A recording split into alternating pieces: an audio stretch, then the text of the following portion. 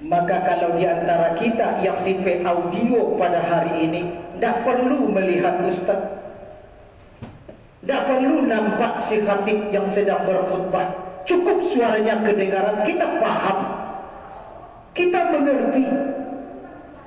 Dan ketika kita memberikan pukulan kepada anak-anak yang tipe audio, tidak perlulah kiranya kita memukul dengan alat. Tidak perlulah kiranya kita memerahkan wajah kita, membesarkan mata kita. Tetapi yang penting adalah suara yang perlu dimainkan, nada yang perlu ditinggikan, intonasi yang perlu kita perhatikan. Kalau orang lagi marah, memang secara umum intonasi suara keras, ekspresinya jelas. Mana yang suara marah, mana yang suara senang, ini harus kita pahami sebagai orang tua. Ketika anak melakukan pelanggaran dan kesalahan, kita tahu anak kita tipenya audio, mainkan suara kita. Anak akan paham, dia mengerti bahwa kita orang tua sedang marah. Dengarlah itu, orang tua kita sedang marah, suaranya dia keraskan. Yang ketiga adalah tipe kinestetik. Anak mengandalkan belajar dengan melakukan gerak, berbuat. Kalau anak kinestetik sering dikambing hitamkan di setiap sekolah. Kebanyakan anak kinestetik dicap sebagai anak bandel, anak nakal. Padahal belum tentu bandel, belum tentu nakal. Tipenya yang kinestetik. Dia belajar tidak bisa diam diri dalam kelas, dia harus bergerak. Kalau dia belajar bukunya dicoret-coretnya, bahkan robek, itu tanda dia belajar. Kalaulah ada anak kinestetik bukunya rapi, itu bertanda dia tidak belajar. Tetapi semakin rusuh bukunya, semakin banyak coretan-coretan di bukunya, bahkan semakin banyak robekan-robekan di bukunya, tanda anak kinestetik belajar. Dia tidak bisa belajar berpangku tangan di dalam kelas. Sebentar dalam kelas minta izin keluar, kita perhatikan kemana dia keluar. Toh dia keluar bukan ke WC, cuma sekedar melewati pintu kelas saja.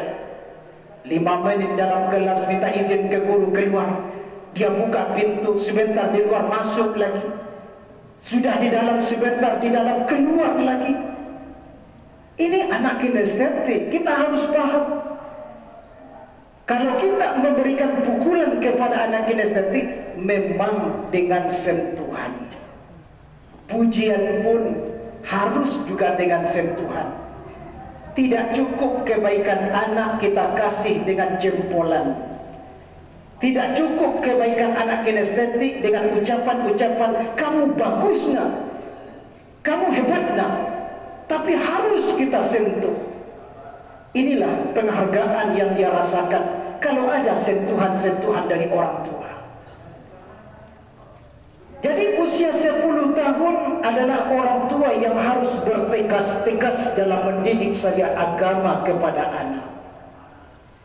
Tegas bukanlah sama maknanya dengan keras. Apa bedanya? Kalau mendidik secara tegas, yang pertama tujuan jelas. Andaikan kita memberikan hukuman, di balik hukuman itu pun tujuan jelas.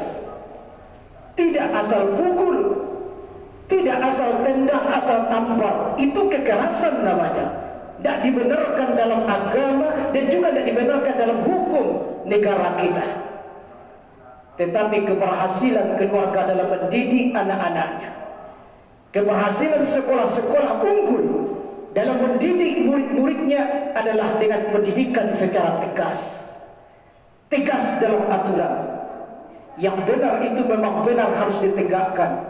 Yang melanggar akan diberi tindakan hukum yang harus juga ditegakkan.